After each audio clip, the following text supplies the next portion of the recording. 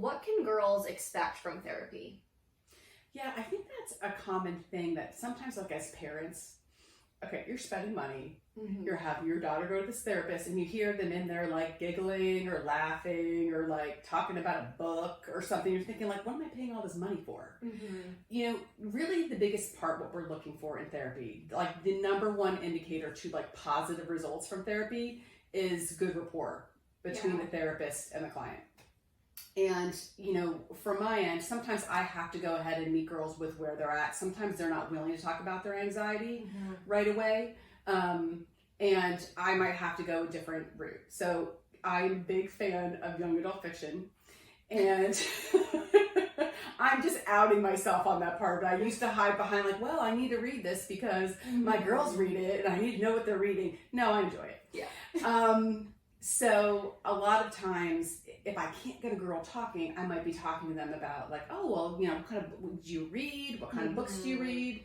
And I can find a lot out about them by just characters they like, the different series they like, the different kinds of the genres that they like to read. And it's all part of it. So I am very conscious of the fact that I'm not there just to, you know, just chit chat with girls and while their parents are paying money. But I do think one of the biggest parts to any kind of therapy session is you have to build rapport. And that may happen in different ways. A lot of times I feel like I'm doing a good job when my girls don't think we're doing a lot of therapy. So that it seems more that it's conversational. I may hit a few points and sometimes I'd be like, okay, Renee, really? Like, did you have to go there? Yeah, I kind of had to go there. Like, sorry girls, but I did. But you know what you want to be able to give them is like within that, like having that rapport, then you can give them better education. You can give them the skill sets and practice, so you can practice things. I don't know how many times I practice like developing a script or something for things that they have to do. I mean, because most girls are totally terrified to call and make doctor's appointments or call and ask a question or do anything, or, you know, how to even set boundaries with their friends. We're writing scripts out. We're writing different things out. And all of those things can't happen if we don't have good rapport. So, you know, you can't expect that. I hope you hear us laughing. It means your daughter's not taking things herself too seriously in some ways.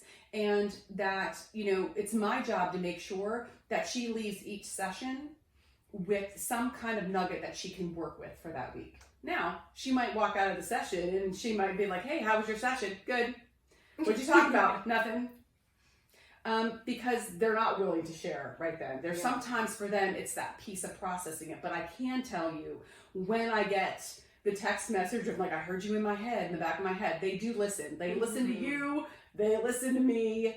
But it's giving them the space to be able to do that. So you should expect them to be able to get some skills, some education, just that part of them being able to set goals and figuring out how to be able to do those things. So, you know, my thing is that girls won't talk if there isn't good rapport, whether it's in person or whether it's virtual. And that is the one thing that I've noticed more so than anything, is that a lot of times I will get girls that have very much wanted to see someone in person, but they had a difficult time finding someone even in person, thinking that being in person was going to be the connection that they were looking for.